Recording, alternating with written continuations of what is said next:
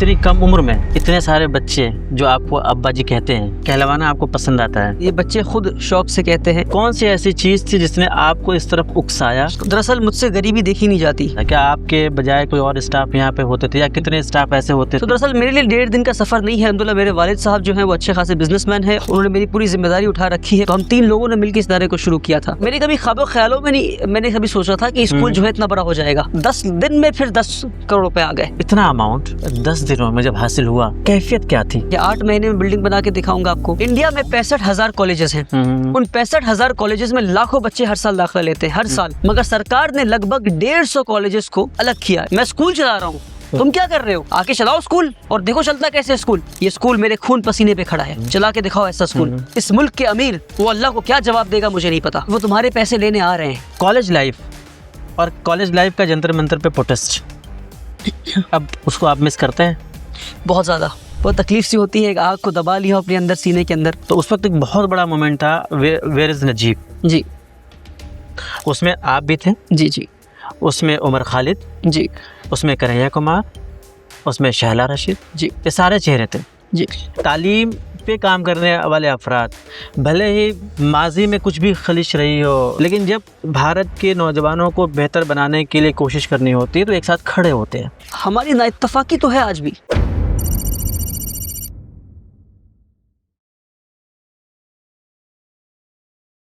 Waste Bengal के कोलकाता शहर में वली रहमानी का स्कूल उम्मीद ग्लोबल स्कूल अपनी टीम के साथ हम वहाँ मौजूद हैं। और आज हम लोग ये कोशिश करेंगे, एक यूथ आइकन जिसे हिंदुस्तान की आवाम उनकी कोशिशों को देख रही है, उनकी काविशों को देख रही है। और सबसे पहला सवाल मेरा इनसे यही होगा कि इतनी कम उम्र में इतने सारे बच्चे जो आपको अब्बा जी कहते हैं, तो ये किस तरह की फीलिंग है ये आपको, या ये कहलवाना आपको पसंद आता है? ये कहना गलत होगा कि मैं कहलवाता हूँ, बल्कि सही चीज़ ये है कि ये बच्चे खुद शौक से कहते हैं अब्बा जी। और खुशी तो होती है जब कोई अब्बा जी कहता है, क्योंकि मुझे बच्चों से बहुत मोहब्बत है और एक वालिद की तरह इन बच्चों से मैं मोहब्बत करता हूँ। और आज स्कूल में लगभग जब स्कूल शुरू हुआ तो 3 यतीम बच्चों के साथ शुरू हुई थी स्कूल ये। और पहले बच्चे ने अब्बा जी कहा, दूसरे बच्चे ने अब्बा जी कहा, तीसरे ने अब्बा जी कहा, और फिर ये सिलसिला वहाँ से शुरू हो गया। और मुझे आज ग़ालिबन सारे बच्चे अब्बा जी कहते हैं और उनके पेरेंट्स भी अब्बा जी कहते हैं, आस पड़ोस के लोग भी अब्बा जी कहते हैं। तो ऐसा नहीं मुझे कोई बड़ा सा टाइटल मुझे मिल गया है ना। ऐसा नहीं कि पीएम कहते हैं या सीएम कहते हैं या एमएलए एमपी कहते हैं या काउंसलर कहते हैं कि जनाब कहते हैं या लीडर कहते हैं, कुछ कहते हैं, अब्बा जी कहते हैं। एक वालिद फिगर की तरह मुझे देखते हैं, लाइक अ फादर फिगर, वो मुझे देखते हैं। तो खुशी की बात है, क्योंकि इसको इस तरह देखना चाहिए कि वो मेरी मोहब्बत को इस तरह से रेसिप्रोकेट करते हैं, लौटाते हैं। मैं बच्चों को वालिद की तरह मोहब्बत करता हूँ, उनको अपने बच्चे जैसा मानता हूँ, उनकी तरबियत ऐसे वैसी करता हूँ, तो मुझे उसके बदले में अब्बा जी कहते हैं। That's it. मतलब कि बेसिकली वो एक बाप की जो शफ़क़त होती है जी, और उस शफ़क़त के दायरे में आकर जो कंफर्ट जोन महसूस करते हैं जी, और उसकी मोहब्बत में वो आपको अब्बा जी कहते हैं। वो बातें जो दुनिया किसी से नहीं कह सकते मुझसे कह सकते हैं। वो जितना सुकून मेरे पास महसूस करते हैं शायद किसी और के पास नहीं करते अक्सर बच्चे। वो बातें जो अपनी माँ से कभी कभी अपने वालिद से नहीं कह सकते, वो सीक्रेट्स आके मुझे बताते हैं, वो तकलीफ़ मुझसे शेयर करते हैं, क्योंकि मैं उनका कॉन्फिडेंट बन पाया, उनके दिल में वो जगह बना पाया। और ये अल्लाह की तरफ से है। अब्बा जी का लक़ब भी बच्चों की ज़बान से है, मगर है तो अल्लाह की तरफ से। मैं इसको इस तरह देखता हूँ। अल्हम्दुलिल्लाह रब्बिल आलमीन। मुझे याद है कि ये कॉलेज के ज़माने से आपका एक पैशन रहा है कि आपने ऑर्फन्स के लिए काम किया है। शुरुआत आपने तकरीबन 2018 में की 3 बच्चों के साथ। जी, वो बिल्कुल इब्तदाई उम्र होती है, इंसान बलागत की दहलीज पे कदम रखता है। बिल्कुल और उस उम्र में क्या है कि अरमानें बहुत होती हैं। बिल्कुल। कौन सी ऐसी चीज़ थी जिसने आपको इस तरफ उकसाया कि आप इस तरह के बच्चों की किफ़ालत करें? दरअसल मुझसे गरीबी देखी नहीं जाती। ये अल्लाह की तरफ से ख़ास फितरत मेरे अंदर है कि मुझसे गरीबी बर्दाश्त नहीं होती। जब मैं सड़क पे चल रहा होता हूँ, गरीबों को देखता हूँ, तो मेरा दिल जो है मचल जाता है। तो अगर अंग्रेज़ी में कहूँ, मैं कहता हूँ कि the very site of poverty is unbearable for me. तो मैं गरीबों को देखूं या मेरी नज़र गुर्बत पे पड़ जाए, फिर मैं बेहाल हो जाता हूँ। I think that was the starting point. वहाँ से सारी शुरुआत हुई, वो दर्द, वो तकलीफ़ कि गरीब गरीब क्यों है, गरीब अमीर क्यों नहीं बन सकता, मेरी ज़िंदगी ऐसी क्यों है, उनकी ज़िंदगी ऐसी मुझसे मुख्तलिफ क्यों है, मैं ऐसे कपड़े पहनता हूँ, मेरे हमउम्र बच्चे दूसरे कपड़े पहनते हैं, मैं ऐसे महंगे स्कूल में जाता हूँ, मेरे हमउम्र बच्चे दूसरे स्कूल में जाते हैं। इस तरह की जो सोच है, मैं नहीं कहता हूँ इस सब की क्रेडिट मेरी है, ये सोच कहाँ से आई? अल्लाह की तरफ से आई। फिर उस सोच पे अल्लाह ने, वो सोच जो है फ़िक्र में तब्दील हो गई, वो फ़िक्र का जो अंजाम है वो ये उम्मीद ग्लोबल स्कूल है। अगर मैं कॉलेज के ज़माने की आपकी बात कहूँ तो एक होती कॉलेज की लाइबिलिटी, और कॉलेज आपका यहाँ से काफ़ी दूर था। ठीक है, आबाई वतन आपका ये है, बट कॉलेज आपका बहुत दूर है यहाँ से, तकरीबन 1.5 दिनों का सफ़र है। वहाँ से इस तरह के बच्चों का मॉनिटर करना, तो वो मैकेनिज़्म क्या था? क्या आपके बजाय कोई और स्टाफ यहाँ पे होते थे, या कितने स्टाफ ऐसे होते तो थे? दरअसल मेरे लिए 1.5 दिन का सफ़र नहीं है। अल्हम्दुलिल्लाह मेरे वालिद साहब जो हैं वो अच्छे खासे बिजनेसमैन हैं, और उन्होंने मेरी पूरी ज़िम्मेदारी उठा रखी है पिछले मेरी पैदाइश से लेकर अब तक। तो उनका बहुत बड़ा सपोर्ट ये रहा कि मैं हर हफ्ते ही यहाँ आ जाया करता था ऑलमोस्ट, या हर हफ्ते नहीं तो हर 10 दिन में आ जाया करता था स्कूल को देखने के लिए। और उसके साथ साथ मेरे गैबाने में गज़ाला साहिबा हैं और यूसुफ साहब, ये 2 लोग हैं जो मेरे उस्ताद भी रह चुके हैं। और इन लोगों ने, ये 2 को फाउंडर हैं उम्मीद ग्लोबल स्कूल के, जिनका नाम अक्सर लोग नहीं जानते। तो हम 3 लोगों ने मिलकर इस इदारे को शुरू किया था। और फिर मैं कॉलेज निकल गया, मैं दिल्ली में कॉलेज किया करता था, स्कूल हमारा कलकत्ते में था। तो गज़ाला साहिबा और यूसुफ साहब मिलकर मेरे स्कूल को संभालते थे। आज यूसुफ साहब महीने हो जाते हैं वो स्कूल नहीं आते हैं, क्योंकि वो 4th stage cancer, last stage cancer, चौथी बार वो स्ट्रगल कर रहे हैं, यानी पहली बार, दूसरी बार और तीसरी बार। और गज़ाला साहिबा माशाल्लाह उनकी उम्र भी लगभग जो है वो 55 प्लस जो है वो क्रॉस कर गई हैं। आज से 8 साल पहले ये स्कूल शुरू किया था, तब वो और यंग थी माशाल्लाह। तो मैं जो हूँ अपने डबल एज के लोगों के साथ मैंने काम शुरू किया, और आज भी जितने लोग जुड़े हैं मेरे दोस्त हैं वो सब डबल द एज हैं। तो ये लोग मिलकर मेरे काम को संभाला करते थे अल्हम्दुलिल्लाह रब्बिल आलमीन। तो उससे मुझे बहुत मुश्किल नहीं आई, बहुत परेशानी नहीं हुई मुझे स्कूल संभालने में। जब आपका ऑर्फन बच्चों के लिए जो स्कूल कोलकाता में था, और आपने वहाँ से शहर से इतनी दूर ज़मीनें ख़रीदी, तो ये एक्सपेंशन का प्लान था, या किसी और के प्रोजेक्ट ने आपको जो है इंस्पायर किया कि मुझे भी इस तरह से एक ऐसी जगह बनानी चाहिए जहाँ मैं इन बच्चों को और मज़ीद फैसिलिटी दे पाऊँ? मैं फिर सवाल पूछेंगे ज़रा। आपका जो ऑर्फन सेंटर था पहले कोलकाता शहर में, कोलकाता शहर से इतनी दूर, तकरीबन 20 किलोमीटर की दूरी होगी, 25 किलोमीटर की दूरी पे। जी। तो होता है कि एक इंसान एक प्रोजेक्ट चला रहा है, फिर वो किसी और चीज़ से इंस्पायर होता है कि नहीं मुझे इसको बड़ा करना है, जी जी, या ये है कि जगह कम है, मुझे और जगह चाहिए। जी जी। तो मैं जानना चाह रहा हूँ कि वो आपके पार्ट ऑफ द प्लान में था शामिल, या तालीम के दौरान जब आप दिल्ली गए हैं? जब मैं इस इदारा शुरू किया, मैं आपके सवाल समझ गया, बहुत शुक्रिया आपका, अच्छा सवाल पूछा आपने। बल्कि 2018 में मैं इदारा को 3 बच्चों से हमने शुरू किया इदारा को। तो मेरे कभी ख्वाबों ख्यालों में नहीं मैंने कभी सोचा था कि स्कूल जो है इतना बड़ा हो जाएगा। अच्छा, है ना। मगर 10 बच्चे हो गए, एक दिन 11वां बच्चा अंदर आ गया मेरे पास। मैंने उसको नाम नहीं कहा। इनिशियली जो प्लान था वो प्लान ये था कि एक 1200 स्क्वायर फीट के अपार्टमेंट में 10 यतीम बच्चों की तरबियत करनी है, दैट्स इट। मतलब बिगिनिंग में, शुरुआत में यही था आपका? बस यही ख्वाब था। अच्छा। कि 10 यतीम बच्चों की तरबियत करनी है, उनमें से एक यतीम बच्चे ने अब्बा जी कहा, बाकी सब ने अब्बा जी कह दिया, और बस दैट्स इट। उम्मीद ग्लोबल स्कूल और ये सारी चीज़ें वो कभी सोचा भी नहीं था मैं। तो 10 यतीम बच्चे 1 साल के अंदर हो गए, और उसके बाद एक दिन 11वां बच्चा मेरे पास आया, और वो बहुत परेशान था, तो मैं उसको ना नहीं कह पाया। अच्छा। फिर 12वां बच्चा आया, मैं ना नहीं कह पाया। 13वां बच्चा आया, 14वां बच्चा आया। 1 साल के अंदर जो है लगभग 30 बच्चे हो गए माशाअल्लाह उस छोटी जगह पर। उसके बाद मुझे एहसास हुआ कि ये 30 बच्चे हो गए हैं। अगले साल जब उन्हीं एरियाज और स्लम एरिया में जाता था मैं, तो बच्चियां मेरा हाथ पकड़ लेती थी, कहते थे हमें पढ़ना है। तो उस फ्लैट के बगल में एक छोटा सा फ्लैट और ले लिया मैं। अच्छा। 1200 स्क्वायर फीट का, वहाँ 30 बच्चों को लेके शुरू कर दिया। तो इनिशियली प्लान ये था कि 10 यतीम बच्चों को स्कूल भेजूंगा अलग अलग, पर जब मेरे पास उनको एक लेवल तक लाकर उन्हें स्कूल में शिफ्ट कर देंगे। मेरे पास रहेंगे घर पे। अच्छा। उनकी तरबियत मैं करूंगा, पर स्कूल जाएंगे, घर वापस आएंगे। वो होम होगा, स्कूल नहीं बनाना था। उम्मीद होम बनाया था मैं, कि मैं एक छोटे से घर में रहूंगा, 10 बच्चों को लीडर बनाऊंगा, दैट्स इट। जब 60 बच्चे हो गए तो 60 बच्चों को स्कूल कैसे भेजूं, 60 बच्चों का फीस कहाँ से भरूं। तो भाई इन 60 बच्चों को 4 क्लास में बांट दिया, 4 टीचर हायर कर लिया, स्कूल की शक्ल वहां पे ले ली। उम्मीद होम जो है उम्मीद एकेडमी बन गया। फिर उसके बाद हर रोज बच्चे आ रहे हैं, बच्चे बढ़ते जा रहे हैं। तो हमने कहा क्या करते हैं, इतने बच्चे आना चाह रहे हैं, सबको लेना पड़ेगा। फिर हमने थोड़ी दूर में 5,000 स्क्वायर फीट का एक बिल्डिंग की पूरी फ्लोर हमने ले ली कोलकाता शहर में। उसको अलग अलग क्लासों में बांट दिया। फिर तीसरे साल में 120 बच्चे हो गए हमारे पास। उसके अगले साल में हमारे पास 200 बच्चे हो गए। फिर मुझे लगा कि भाई बच्चे पढ़ना चाहते हैं, क्यों नहीं एक जमीन देके एक बिल्डिंग ही बना देते। तो हमने जमीन किस साल की बात? ये तकरीबन 2021-22, मतलब जस्ट वो पैंडेमिक की शुरुआत। बस बिल्कुल। तो लॉकडाउन के वक्त इस जमीन पे पहुंचा मैं।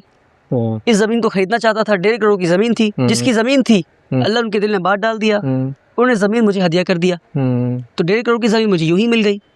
फिर मैं क्राउड फंडिंग करने निकला। मुझे लगा कि अल्लाह ने थोड़ी बहुत शोहरत दी है, नाम दिया है, लोग जानते हैं वली रहमानी, यूट्यूब वीडियो करता हूँ, वीडियो बनाता हूँ, सब लोग मुझे पैसे देंगे। पैसा हुआ नहीं। लोगों के दर दर भटकता गया, लोग पैसे नहीं दिए।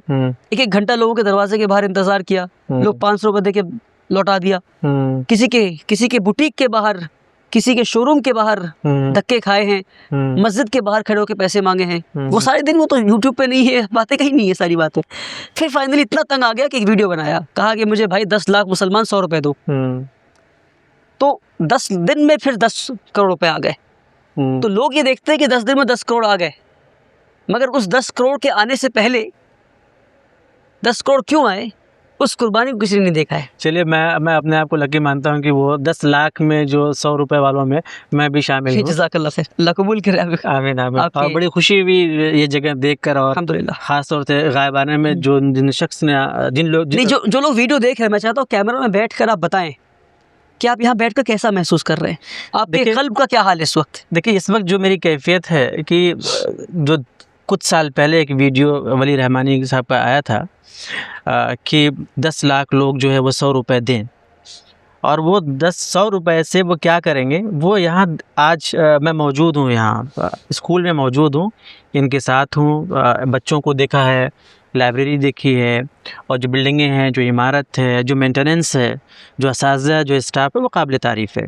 अब बज़ाहिर आपने 100 रुपये नहीं दिया, बज़ाहिर आपने बेसिकली उस हिम्मत को बढ़ाया है जो नौजवान अपने अवाइल उम्र में, मतलब जवानी के शुरुआती दौर में ख्वाब देखता है कि मुल्क के अंदर जो गरीब मुसलमान है, जो कमज़ोर मुसलमान है, उसे तालीम से जोड़कर रोज़गार कैसे मुहैया कराए, उस ख्वाब को पूरा कराया है। आपने इन जैसे नौजवानों को एक हौसला बख्शा है, और इस तरह के नौजवान एक ऐसी उम्मीद के साथ अगर आपके सामने कोई सवाल करते हैं कि हम किसी भी इलाके में एक तालीमी इदारा कायम करना चाहते हो, तो मुझे लगता है कि ये आवाम जो है ऐसे अफराद को ज़रूर सपोर्ट करेगी इंशाअल्लाह। मेरा इसी से जुड़ा एक और सवाल है, चूँकि ज़ाहिर सी बात है कि जब आप अपील करते हैं, ये उम्मीद नहीं होती है कि वो हासिल होगी, वो मंजिल मिलेगी, लेकिन इतना अमाउंट 10 दिनों में जब हासिल हुआ तो कैफियत क्या थी?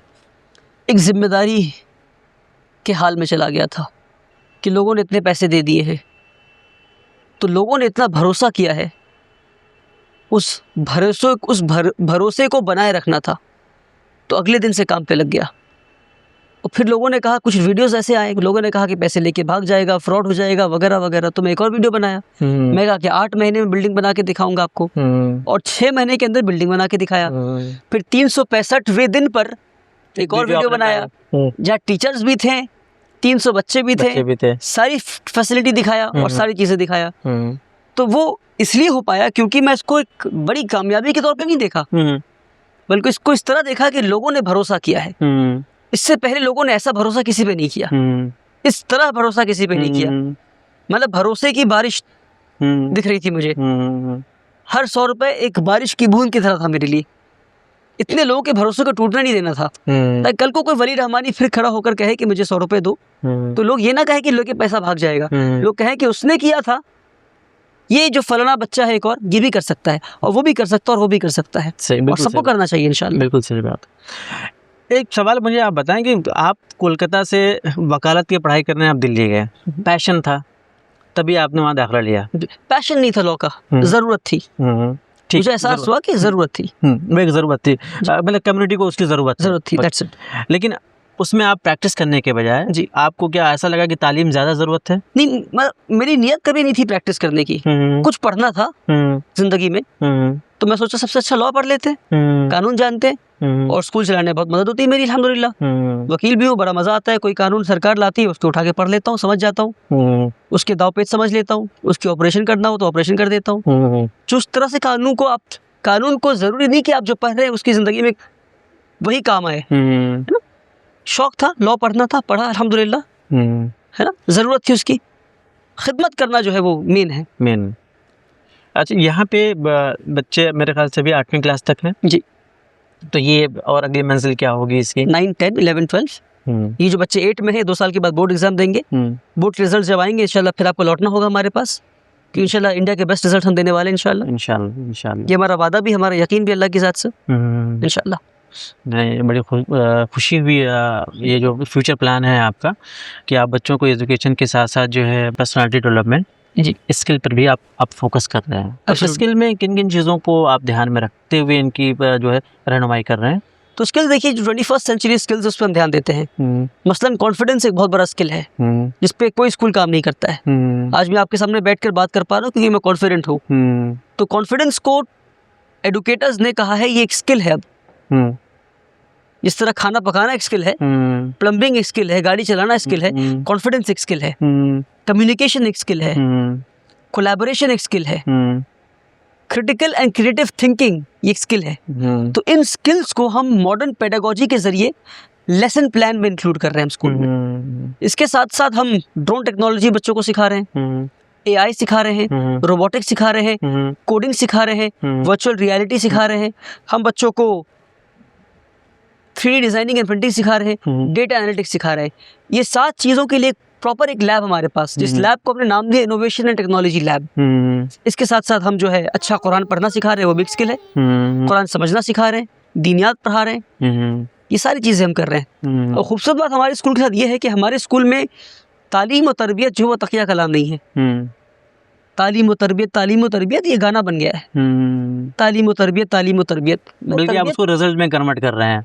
नहीं, उसके लिए निज़ाम है हमारे पास, तरबियती निज़ाम हमारे पास। अगर आप बात करेंगे, अभी आप चाहेंगे तो मैं अगले 1 घंटे तक अपने तरबियती निज़ाम पे आपसे बात कर सकता हूँ कि तरबियती निज़ाम, और मैं कहता हूँ वाहिद इदारा पूरे हिंदुस्तान में है उम्मीद ग्लोबल स्कूल। मेरी नज़र से नहीं गुजरा, हो सकता है। मैं चाहूँगा ठीक है हम 1 घंटे मैं थोड़ा सा मैं बस एक बात कह दूँ, वाहिद इदारा है स्कूल हिंदुस्तान में जहाँ पे नाज़िम तरबियत है। अलग अलग चीज़ों के नाज़िम देखे होंगे आप, हमारे स्कूल में तरबियत के एक कोऑर्डिनेटर हैं, नाज़िम तरबियत। उनके की रिस्पॉन्सिबिलिटीज डिफाइंड है, उनकी SOPs डिजाइंड है, उनकी चेकलिस्ट डिजाइंड है कि साल में 1 दफ़ा करने वाले काम क्या है, महीने में करने वाले काम क्या है, हर हफ्ते करने वाले काम क्या है, हर रोज़ करने वाले काम क्या है। आप बताइए हिंदुस्तान में कौन सा इदारा आज की डेट पे जो हर महीने के नई तारीख की चांद देखकर दुआ पढ़ता हो?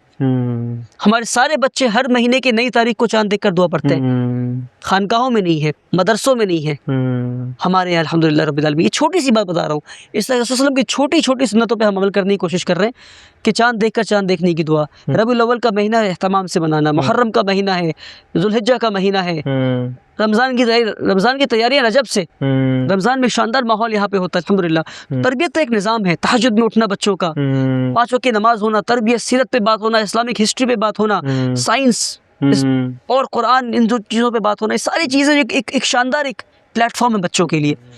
और इसको महज एक स्कूल कहना ये नाइंसाफ़ी होगा इस जगह के साथ।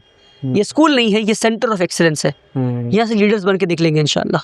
बेसिकली हम तस्वर करते हैं, अगर हम तारीख़ की बात करते हैं जी, और अगर हम बगदाद की बात करें एक ज़माने में, वो कहा जाता था कि वो जिसने वहाँ पढ़ाई कर ली वो सेंटर ऑफ एक्सीलेंस था। Centre of the excellence, exactly मैं उसी की बात कर रहा था। तो बेसिकली आप उसी तरीके से अपने इस एकेडमी को, इस स्कूल को जो आप कैरी कर रहे हैं। बिल्कुल। मैं इसमें एक चीज़ ये जानने की कोशिश करूँगा कि मिसाल के तौर पे बच्चा 12th करता है, तो क्या आपने इनके लिए कोई प्लान किया हुआ है कि इन्हें किस किस इदारे में आपको शिफ्ट करना है या किस किस डोमेन में लेकर जाना है? मेरा सवाल आपसे सवाल पे सवाल है, आपको क्या लगता है कोई प्लान है मेरे पास? मुझे ऐसा लगता है कि जब आपने जो है यहाँ तक सोचा है तो कुछ ना कुछ चीज़ें होंगी। बहुत शुक्रिया हम पे भरोसा करने के लिए। तो दरअसल प्लान ये है इरशाद साहब कि इंडिया में लगभग 65,000 कॉलेजेस हैं। कितने कॉलेजेस? 65,000 कॉलेजेस हैं। इन 65,000 कॉलेजेस में से, ये बहुत अहम बात है, अगर आप इसको चाहें तो इसको अलग से काट के अलग से प्ले कीजिए, हिंदुस्तान के हर मुसलमान तक पहुंचाइए। इंडिया में कोशिश होगी कि मैं इसको तमाम तक लोगों, इंडिया में 65,000 कॉलेजेस हैं, उन 65,000 कॉलेजेस में लाखों बच्चे हर साल दाखिला लेते हैं, हर साल। मगर सरकार ने लगभग 150 कॉलेजेस को अलग किया इन 65,000 कॉलेजेस में से, और कहा ये है इंस्टीट्यूट ऑफ नेशनल इम्पोर्टेंस। ये वो कॉलेज हैं जिनसे मुल्क की मुस्तकबिल में क्या होगा, इस मुल्क का फ्यूचर क्या होगा, ये कॉलेजेस डिसाइड करते हैं, और इन कॉलेजेस से पढ़ने वाले बच्चे डिसाइड करते हैं। तो ये 150 कॉलेजेस हैं, इन 150 कॉलेजेस में 10,000 कोर सीट्स हैं, तो लगभग 50,000 सीट्स हैं सारे मिलाकर, मगर 10,000 कोर सीट्स हैं, जिन कोर सीट्स पर सरकार हर साल 1 करोड़ रुपए खर्च करती है। क्यों खर्च करती है? क्योंकि इस मुल्क के सबसे ज़हीन बच्चे इन 150 कॉलेज से पहुंचते हैं, और ये बच्चे तय करते हैं कि मुल्क किस रुख में जाएगी। तो क्या हमारे बच्चे वहां पहुंच रहे? सवाल ये है, हमारे बच्चे वहां नहीं पहुंच रहे। ये कॉलेजेस कौन से हैं? ये सारे IITs, IIITs, NITs, IIMs, AIIMS, और उसके अलावा और भी कॉलेजेस, इस तरह के 150 कॉलेजेस हैं जो इसके अंडर आते हैं। और सरकार एक बच्चे पर जिसका दाखिला इस कॉलेज में हो गया, सरकार 1 करोड़ रुपए खर्च करती है, वो 10,000 सीट पे जो कोर सीट है। हम 18% पॉपुलेशन है, तो 10,000 में हमें कम से कम 2,500 होने चाहिए थे। अफसोस के साथ बता रहा हूँ मैं आपको कि हम 250 भी नहीं है। आप तसव्वुर करें, अगर हम 2,500 बच्चों को हर साल INI में, यानी इंस्टीट्यूट ऑफ नेशनल इंपॉर्टेंस में पहुंचा दिया हमने, तो हर साल सरकार से हम अपने दिए हुए टैक्स से कितने पैसे ले पाएंगे वापस? 2,500 करोड़। सही। तो मेरा ये ख्वाब है कि इस जगह से हम बच्चों को इंस्टीट्यूट ऑफ नेशनल इंपॉर्टेंस में पहुंचा सके, ताकि 18% मुसलमान इस मुल्क में सिर्फ लेने वाला नहीं बल्कि देने वाला बन सके। लेकिन इस बीच में जब मैं कहता हूँ देने वाला, तो लोग कहते हैं कि भाई देने वाला सब मुसलमान दे रहा है, टैक्स दे रहा है। अगर आप उसमें खुश है कि भाई आप चिप्स का पैकेट खरीद के 5 रुपए टैक्स दे रहे हैं, देने वाले हैं, तो बहुत अच्छा, खुश रहिए। मैं देने वाले से मतलब ये समझता हूँ कि आप इस मुल्क को क्या दे रहे हैं कि अगले 100 साल तक मुल्क फायदा उठा सके। आप कैसे हॉस्पिटल बना रहे हैं, आप कैसे स्कूल बना रहे हैं, आप क्या बना रहे हैं, आप मुल्क को दे क्या रहे हैं, आपकी साइंटिफिक फील्ड में क्या, साइंटिफिक फील्ड में आपकी क्या कॉन्ट्रीब्यूशन है। फिर बोले अब्दुल कलाम कहाँ से थे? अरे अब्दुल कलाम एक थे, चलो अपना नाम बताओ। सही, कोई नाम नहीं है, 1-2 नाम मुसलमान के, उसको लेके ढोल पीटते रहते हैं। अरे खामोश हो जाइए, अपने माजी पर इतराना बंद कीजिए। आपका हाल बुरा है, आप मानिए और मेहनत कीजिए, और हम इंशाल्लाह बच्चों को INI भेजेंगे, और सारे मुसलमान बच्चों को INI भेजने की कोशिश करें, ताकि मुल्क के वो बच्चे, बल्कि मैं आपको बता रहा हूँ 2021 से 24 के बीच में 64% लोग जो IAS ऑफिसर बने वो IITians थे। तो अगर नॉट नेसेसरली हर बच्चे को इंजीनियर बनना है, पर उस प्रोसेस से गुजारिए बच्चे को, JEE के प्रोसेस से गुजारिए बच्चों को, नीट के प्रोसेस से गुजारिए बच्चे को, फिर करियर काउंसलिंग कराइए, बहुत से करियर ओपन है। मगर बच्चों को INI पहुंचाइए। आप पता कीजिए कि INI में कौन से कॉलेजेस हैं, वहां तक पहुंचने के लिए क्या लगता है, अपने बच्चों को वहां पहुंचाइए, ताकि बच्चे इस मुल्क को देने वाले बने। आप तसव्वुर करें कि इस मुल्क का इतना बड़ा चंक 21 करोड़ मुसलमान जो मुल्क को उस तरह से कंट्रीब्यूट नहीं कर पा रहा जिस तरह से करना चाहिए था। हमारी गलती नहीं इसमें, ये एक अलग कहानी है कि हमें पीछे रखा गया, हमें कंट्रीब्यूट करने नहीं दिया जा रहा है, हमें साइडलाइन किया गया। मगर अगर हम कंट्रीब्यूट करने लग जाएं तो ये मुल्क की दशा कैसी बदल जाएगी आप तसव्वुर नहीं कर सकते। नहीं, इसमें एक चीज़ है जैसे आप कह रहे हैं कि उनको कंट्रीब्यूट नहीं करने दिया गया। अगर हम मुसलमानों की तालीम की बात करें, मुसलमानों के इलाके की बात करें, मुसलमानों के इलाके में होने वाले सरकारी स्कूलों की बात करें, तो उसकी तादाद अच्छी नहीं है। बिल्कुल। और जो है वो खस्ता हाल है। बिल्कुल। एक तो ये कंडीशन, एक तो ये वजह है। दूसरी वजह है कि मुसलमान जो माँ बाप हैं, पेरेंट्स जो हैं, उनके अंदर तालीमी अवेयरनेस की कमी पाई जाती है। बिल्कुल सही। उनकी औलाद जो है वो 8वीं क्लास के बाद मोस्टली जो है वो ड्रॉप आउट में शामिल हो जाते हैं। अब ये उम्मीद ग्लोबल स्कूल या और भी जो इदारे हैं, ये कितने ऐसे बनाए जाएंगे अगर सरकारी सपोर्ट उनको नहीं हासिल होगा? क्योंकि देश हमारा बहुत बड़ा है, 18% की आबादी का मतलब एक अच्छे खासे करोड़ की आबादी है, तो सारे के सारे अफराद तो यहाँ नहीं आ सकते। आपने भी इश्तहार निकाला कि भी हम 3,000 से ज़्यादा लोगों को ले नहीं सकते। 1,000 लोग से, हाँ सॉरी, आपके पास 3,000 लोग आ गए थे, शायद 3,500 लोग इस बार आ गए थे। 300 सीट है। हाँ, वो आप बताइए। तो अब अगर एक स्कूल की अपनी अपनी कैपेसिटी है, और हर इलाके में जो स्कूल हैं वो फंक्शन नहीं हो पा रहे हैं प्रॉपर। तो जो गरीब मुसलमान है या गरीब हिंदुस्तानी है वो कहाँ जाएगा फिर, क्योंकि वो जो प्राइवेट स्कूल्स की जो फीस है उसको बर्दाश्त कर नहीं सकता। तो मुसलमानों को ज़रूरत है कि जो होटल चला रहे हैं, जो बड़े बिज़नेस चला रहे हैं, वो स्कूल के लाइन में आके बिज़नेस करें ना, कम से कम बिज़नेस ही करें। अगर वो ना कर सकते हो तो कोई और खड़ा हो। जिन लोगों ने मुझे 100 रुपये दिए, आज से 2 साल पहले दिए थे, अगर वो पूरे साल हर महीने 100 रुपये दे दें तो कितने रुपए खर्च होंगे? 1200 रुपये। हर महीने 10 रुपये रेस हो जाएगा। बिल्कुल होगा, बिल्कुल होगा। हर महीने कम से कम 12 स्कूल साल में खुल जाएगा। और क्या 10 लाख लोग पैसे देंगे? सिर्फ 21 करोड़ मुसलमानों में से मैंने सिर्फ 10 लाख मुसलमानों से पैसे मांगे। और ये 10 लाख अगर अपने साथ 1 और 2 को और जोड़ लेंगे, और जोड़ लें, तो ये तादाद और काम बढ़ जाएगी। करने को बहुत है, मगर उस तरह फिक्र हो करने वाले लोग चाहिए। आज अफसोस की बात यह है कि सिर्फ बात करने वाले लोग हैं, सिर्फ बात करने वाले लोग हैं। आप देख लीजिए फेसबुक उठाकर, इसी वीडियो में देख लीजिएगा, लोग कमेंट करेंगे फीस बहुत ले रहा है, ये कर रहा है, वो कर रहा है। अरे भाई आप क्या कर रहे हैं? मैं स्कूल चला रहा हूँ, तुम क्या कर रहे हो? आके चलाओ स्कूल और देखो चलता कैसे स्कूल। आसान है क्या? सही। ये स्कूल मेरे खून पसीने पे खड़ा है, अल्हम्दुलिल्लाह रब्बिल आलमीन। चला के दिखाओ ऐसा स्कूल। तुम्हारे पास स्कूल नहीं है, तुम्हारे पास कॉलेज नहीं है, तुम्हारे पास हॉस्पिटल नहीं है, कोई स्कूल बना रहा है उसके पीछे पड़ जा रहे हो।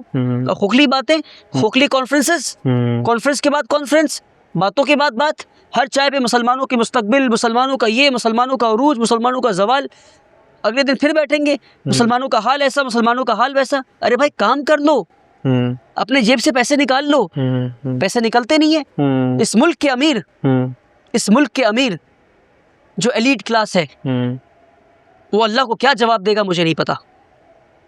मैं सबकी बात नहीं कर रहा, हो सकता है कुछ लोग कर रहे हो, उनकी बात नहीं, जो नहीं कर रहे हैं, जिनके पास जिम्मेदारी पैदा होने की, जिनके पास इतने पैसे हैं, जिनको पता नहीं कि पैसे खर्च कहाँ करें।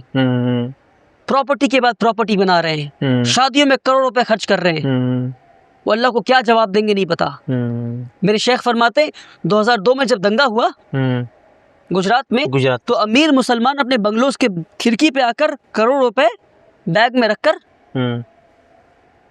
खिड़की के बाहर फेंक दिए। कहा हिंदुओं से, क्या जो राइट करने हैं उनसे क्या कहा कि पैसे लो और चले जाओ। तो क्या पैसे लेके चले गए? पैसे भी लिए, जेवर भी लिए, फिर घर के अंदर आया, बाप के सामने बेटी का बलात्कार किया, शौहर के सामने बीवी का बलात्कार किया, मंजर था वो, सारी चीजें किया।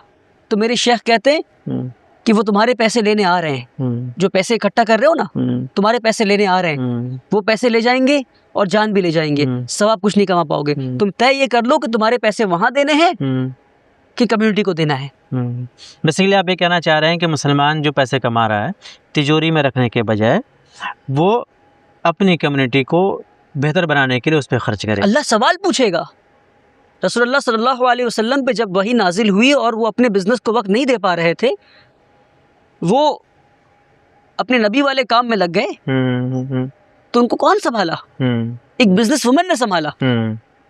सही, बिल्कुल। किनका साथ था? एक बिजनेस वुमन का साथ था। लेकिन हमारे मुसलमानों में तो ये भी सवाल पैदा हो जाता है कि खातून अगर वो बिज़नेस करने के लिए निकलती है तो उसके ऊपर जो है वो फतवा सादिर हो जाता है, उसके ऊपर क्या कहते हैं, लोग जो है तनकीद करना शुरू कर देते हैं। ये बिल्कुल बिजनेस करना चाहिए, मगर वो एक्सेप्शन थी, भी समझना होगा, वो एक एक्सेप्शन थी।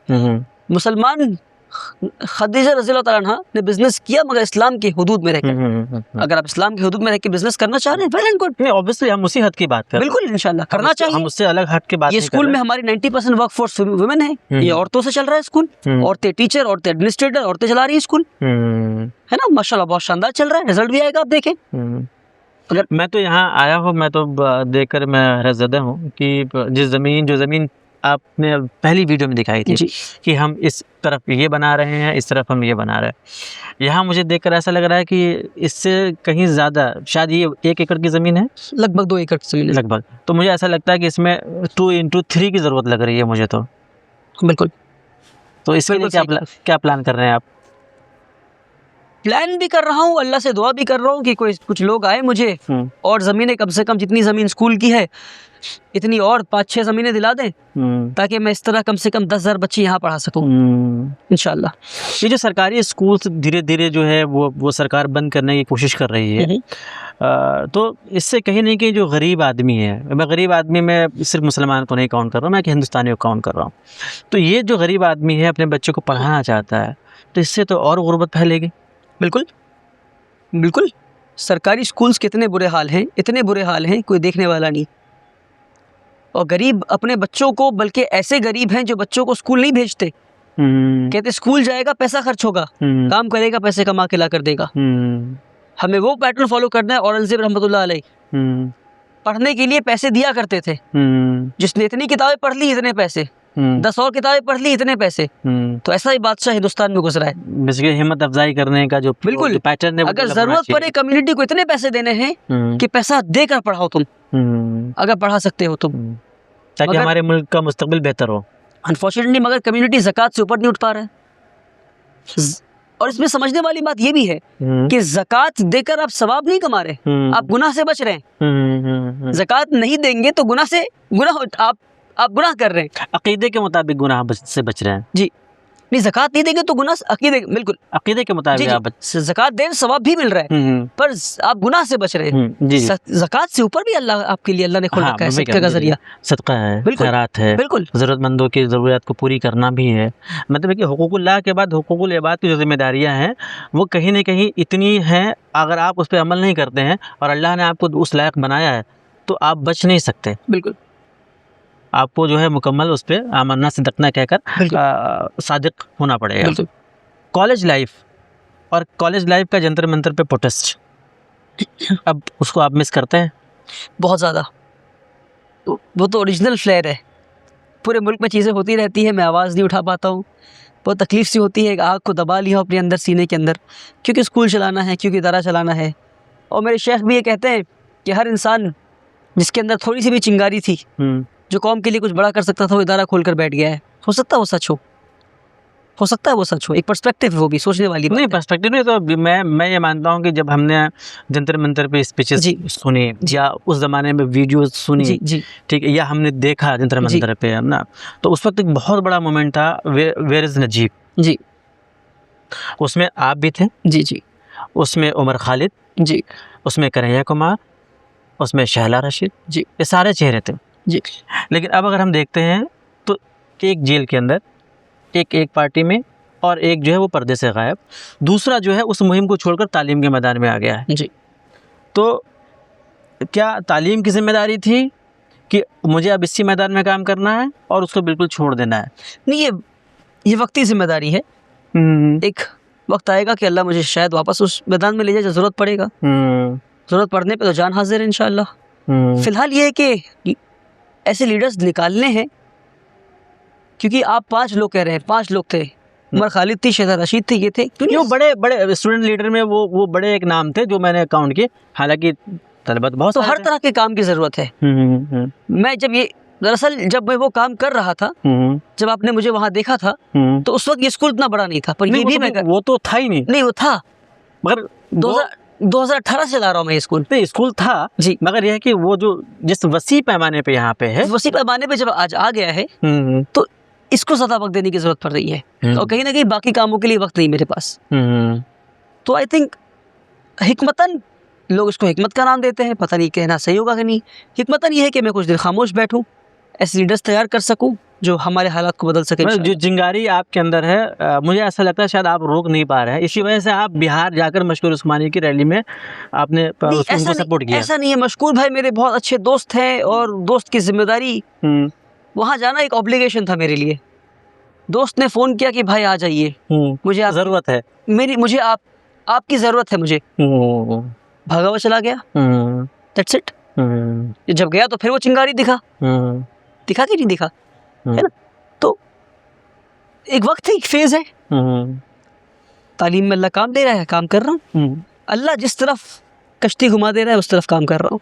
जो तालीम के मैदान में काम करते करते अभी पिछले चंद कुछ महीने पहले आपने अपने कैंपस में बुलाया था बिहार के खान सर को, और अगर हालांकि आपने अपने वीडियो में उसको क्लियरफाई भी किया कि जो कुछ साल पहले आपने उनके ऊपर तनकीद किया था, तो उसके बारे में भी आपने। तो मैं बेसिकली ये जानना चाह रहा हूँ एग्जैक्टली आप, क्योंकि मैं भी चाहता हूँ मेरे साथ जो दर्शक जुड़े हुए हैं वो भी इस सवाल को सुन ले कि तालीम पे काम करने वाले अफराद भले ही माजी में कुछ भी खलिश रही हो या कुछ भी दूरी रही हो, लेकिन जब भारत के नौजवानों को बेहतर बनाने के लिए कोशिश करनी होती है तो एक साथ खड़े होते हैं।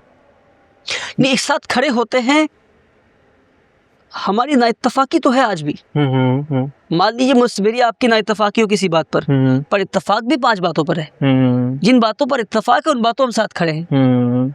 नाइत्तफाकी नहीं, इसलिए मैंने तालीम कहा, मैंने और चीज़ों को नहीं जोड़ा है। बिल्कुल, तो यही मैटर है, क्योंकि हम सबको दिख रहा है कि ये वक्त की ज़रूरत है, ये वक्त की ज़रूरत है, ये वक्त की ज़रूरत है। तो जिस तरीके से आप यहाँ इतना बड़ा काम कर रहे हैं, वैसे ही वो भी बिहार में काम कर रहे हैं। अभी उन्होंने हॉस्पिटल ओपन किया है। बिल्कुल। तो जहाँ एक उन कमज़ोर लोगों की ज़रूरत को पूरी करने की कोशिश कर रहे हैं, तो कहीं ना कहीं जब ये साथ बनता है, मिलता है, एक दूसरे का सपोर्ट होता है, तो थोड़ी सी जो है एनर्जी और डेवलप होती है और दूसरे लोगों को भी मोटिवेट होते हैं कि हमें भी इस तरीके से कोलैबोरेट करना चाहिए, माजी की जो भी तलखियाँ रही है उनको दूर करके। तो वो मैं बेसिकली वो जानने की कोशिश करना चाहता हूँ आपसे, वो तलखियाँ ऐसी क्या थी, अगर आप मुनासिब समझे तो। खान सर को लेकर? हाँ, खान सर को लेकर। अब ऐसा है कि उन्होंने दोस्ती का हाथ बढ़ाया, तो उन बातों फिर से चर्चा करना मतलब आपकी वीडियो का वायरल जाना और ये वीडियो उन तक पहुंचना और मेरा उनके साथ काम करना दुश्वार हो जाना। तो ये नहीं, मैं ये नहीं चाहता हूँ। देखिए, देश की तरक्की में मैं नहीं चाहता कि आप फिर उन चीज़ों को कूरे दें जिससे किसी चीज़ को या किसी के दिल में कुछ शक पैदा हो। तो कुछ सवाल बंगाल से मुतल्लिक़ है। ठीक, इलेक्शन होने वाला है, हम यहाँ पे देख रहे हैं कि जो है एक तरफ बीजेपी पूरी कोशिश कर रही है SIR के ज़रिए से उन लोगों के वोट काटे गए हैं जिनका SIR जो है कम्प्लीटली मुकम्मल नहीं हो पाया है और 68 लाख के आसपास लगभग वो जो है बताया जा रहा है। वेस्ट बंगाल के चीफ मिनिस्टर सुप्रीम कोर्ट में थी और उन्होंने पूरा दावा किया। सही। और बीजेपी को अगर हम देखते हैं, जब से बीजेपी सरकार आई है सेंट्रल में, बंगाल के अंदर राइज हुआ है, 3 सीट से अब 79 सीट के आसपास पहुंच चुके हैं। तो ये जो इलेक्शन होने वाला है, तो क्या TMC की सरकार रहेगी या यहाँ तख्ता पलट होने के इम्कानात लग रहे हैं? क्योंकि आप यहाँ बैठे हुए हैं, इसलिए मैं आपसे सवाल कर रहा हूँ। नहीं, हालात तो बहुत ख़राब हैं। बीजेपी अपनी पूरी साम दाम दंड भेद वो सब कुछ लगा रहा है ताकि उनकी सरकार यहाँ बन जाए, मगर बंगाल के लोग जो हैं वो थोड़े सेंसिबल है कंपेयर टू बाकी स्टेट्स, और वो समझ रहे हैं कि नफ़रत फैलाने के लिए बीजेपी आ रही है। वो ना चाहते हुए भी बीजेपी को कभी कभी वोट दे देते हैं क्योंकि यहाँ की कुछ मिस गवर्नेंस की वजह से। पर उनको ये नहीं पता कि बीजेपी आ जाएगी तो फिर लूट हो जाएगा। फिर जो आज आप इतने स्केल में मिस गवर्नेंस देख रहे हैं, फिर वो इस स्केल पे हो जाएगी। तो मुझे ये लगता है कि, और दूसरा ये कि बंगाल की जो औरतें हैं, जो औरतें हर घर की औरतें, 90% घर की औरतें, चाहे मर्द ममता को पसंद करते हो ना करते हो, औरतें पसंद करती हैं। क्योंकि ममता के कुछ स्कीम्स ऐसे हैं, मसलन हर महीने लोगों के अकाउंट में 1000 रुपए ट्रांसफर होना। अब एक घर में 3 बहनें हैं, तीनों के अकाउंट में हजार ट्रांसफर हो रहे। 3000 आ गए। तीनों बहन ने मिलकर EMI पे ले लिया स्कूटी, और तीनों बहन के पैसे, EMI के पैसे आसानी से जा रहे हैं। ममता चली जाएंगी तो EMI रुक जाएगा। वो अलग बात है कि बीजेपी आके कि सबको जो है पैसे बांट दे बिहार की तरह स्कीम्स के जरिए, वो अलग बात है। मगर ममता जेन्युइनली लोगों की हेल्प कर रही है, जेन्युइनली लोगों की हेल्प कर रही है, और एक स्ट्रांग लेडी है, एक स्ट्रांग। और कल के बाद हालात फिर बदला। कल से पहले लोग कह रहे थे बीजेपी फॉर श्योर आ रहे हैं, मगर कल के बाद हालात बदला है। ममता फिर से एक हीरो की तरह, हीरोइन की तरह कह सकते हैं, उभर कर आई है और चीज़ें बदल रही है। और दुआ करते हैं कि बीजेपी सरकार यहाँ ना आए, बल्कि पूरे हिंदुस्तान से गायब हो जाए इंशाल्लाह। मुझे बताइए कि बाबरी मस्जिद, क्या आप वेस्ट बंगाल में चाहते हैं, जो है TMC से अलग हुए हुमायूं कबीर ने शुरू की है? जी, ये बाबरी मस्जिद तो बाबरी की जगह पे होना चाहिए। वेस्ट बंगाल में क्यों चाहेंगे? वेस्ट बंगाल में मस्जिदों की कमी नहीं है, वेस्ट बंगाल में मुसल्लियों की कमी है। फजर में ये तो कमी हर जगह पाई जाती है। मस्जिद ये पॉलिटिकल मूवमेंट है। वो इंसान, उन्होंने मुझे भी मेल किया था, फिर मैंने मेल का जवाब दिया जानने के लिए। मैं सोचा कि क्या है समझ लूं, फिर मैं सोचा कि इस बातचीत को गलत तरीके से इस्तेमाल ना कर लिया जाए, तो मैं फिर इग्नोर कर दिया मैंने। पर मैं समझना चाह रहा था वो करना क्या चाह रहे हैं। हम्म, वो बीजेपी से लड़े, हम्म, बाबरी की जरूरत आज है, उससे पहले आप बीजेपी से लड़ रहे थे लोकसभा इलेक्शन। हम्म, हम्म, ये कौन सी मोहब्बत है? ये साफ समझ में आ रहा है, साफ समझ में आ रहा है कि इसे बीजेपी ने बैठाया है हम्म, अपनी जगह बनाने के लिए। हम्म। अगर मुसलमान अपनी आंखें नहीं खोलेंगे तो इस तरह के ड्रामेबाज एक्टिंग करने वाले लोगों के वजह से मुसलमान लुट जाएगा। मेरा आखिरी सवाल, क्लोजिंग करने से पहले आखिरी सवाल। तो हुमायूं कबीर का कहना है कि वो ओवैसी साहब की पार्टी से इल्हाक करना चाहते हैं ना, अलायंस करना चाहते हैं।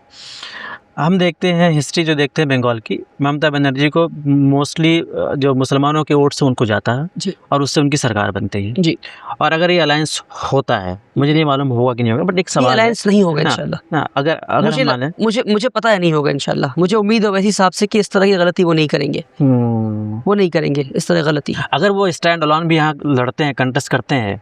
क्योंकि आप वो वीडियो देखिए ना, बाबरी मस्जिद में जो पहले जुमे की नमाज हुई, हुमायूं कबीर नमाज नहीं पढ़ पा रहे उसमें।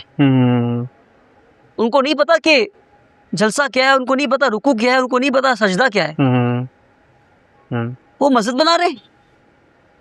कैसी बात चल, क्या मजाक कर रहे हैं? और ओवैसी साहब को खुद बंगाल नहीं आना चाहिए इस बार, कि मेरी पर्सनल राय है। वो अलग बात है, मुझे उनकी पॉलिटिक्स बहुत पसंद है, मुझे इंसान बहुत पसंद है, मुझे उनसे मोहब्बत है, मगर उन्हें खुद इस बार बंगाल नहीं आना चाहिए।